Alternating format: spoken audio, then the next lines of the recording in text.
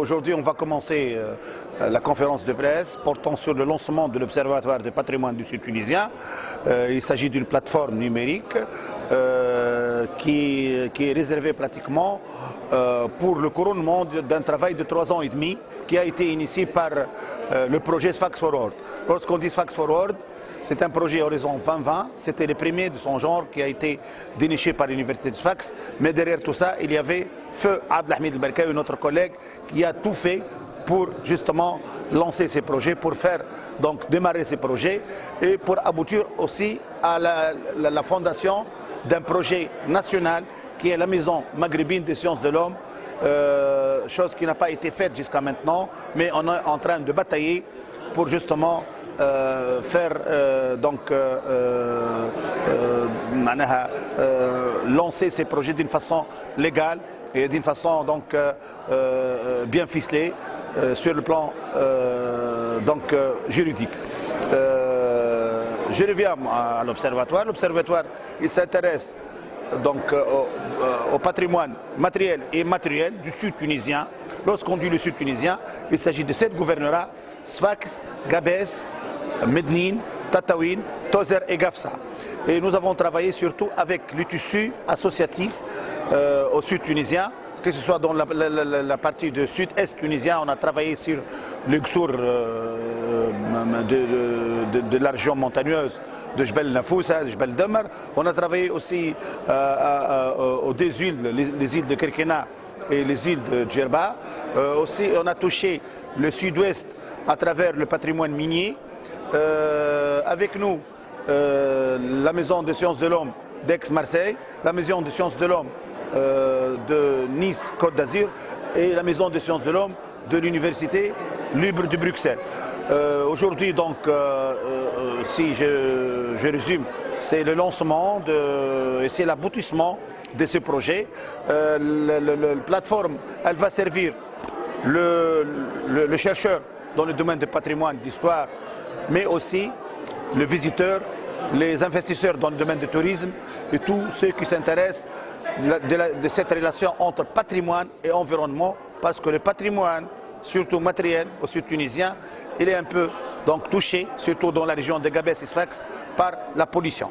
Voilà, tout ça, donc, on va voir donc, directement dans la conférence de presse. Encore une fois, je salue donc, le mass média et les acteurs dans ce domaine de la presse.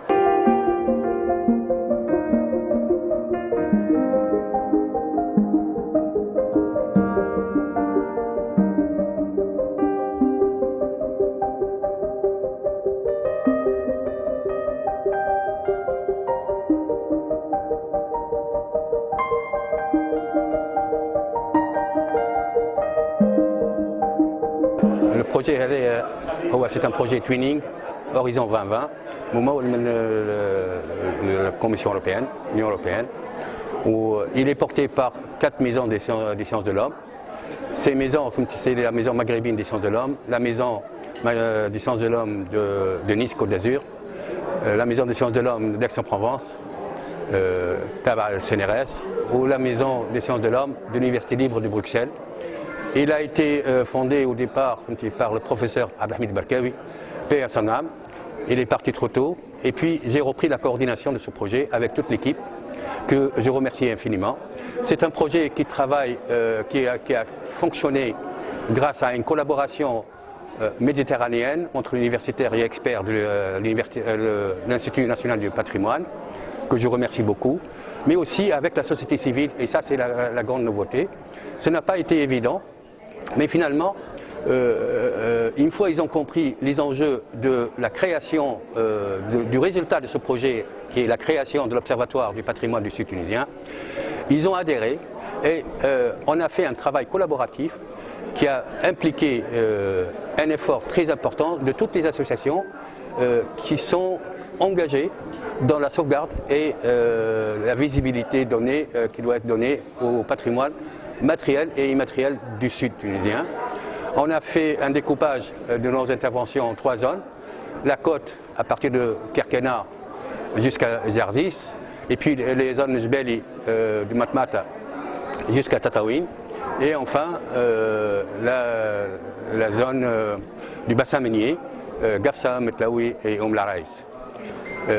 Et donc on a essayé de commencer par quelques sites ou quelques problématiques du patrimoine, et après on a, via un instrument très important qui est les caravanes, on a visité avec toute l'équipe européenne et l'équipe tunisienne, ces zones-là, et on a organisé des caravanes qui ont été structurées et organisées et alimentées par les efforts des associations de ces territoires qui nous ont permis de rentrer un peu dans les intimités et les richesses du patrimoine du Sud, mais pour chacune de ces zones-là. Cela nous a permis, au bout de 3 ans maintenant de travail, de ramasser des données selon plusieurs formats, soit des films, soit des documentaires, soit des interviews, des photos, des articles, des textes de conférences, des publications. Et tout ce qu'on a ramassé jusqu'à maintenant, on l'a introduit dans une nouvelle plateforme. C'est une première, c'est l'Observatoire du patrimoine du Sud tunisien. Et en embrassant les 2 volets, le volet matériel et le volet immatériel. Et aujourd'hui, la clôture du projet, elle est prévue pour dans une semaine, le 1er et le 2 février 2023 à Nice-Côte d'Azur. Et aujourd'hui, on a voulu présenter cet observatoire et en Tunisie, à Sfax, et on a invité de toutes les régions, on a invité la société civile et les membres de la société civile qui ont contribué à cet observatoire, et on a invité aussi des responsables politiques et non institutionnels pour qu'on leur dise voilà ce qu'on a fait. Alors maintenant, à vous de nous dire comment peut-on faire, comment vous pouvez vous inscrire dans la pérennité de cet observatoire. Et cet observatoire, il n'a pas une vision exhaustive du patrimoine du Sud tunisien.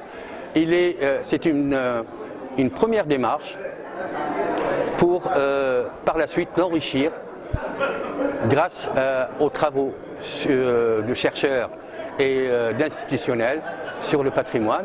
Et comme ça, elle va donner des alertes pour sauver une partie de ce patrimoine et en même temps encourager par une visibilité pour les entreprises qui ont été créées, les startups qui ont été créées dans le cadre de la valorisation de ce patrimoine, et veiller à ce qu'il y ait une pérennité de cet instrument. Et c'est un peu la question que je vais poser au public aujourd'hui. Qu'est-ce que vous pouvez faire pour pérenniser ce patrimoine à travers cet observatoire ?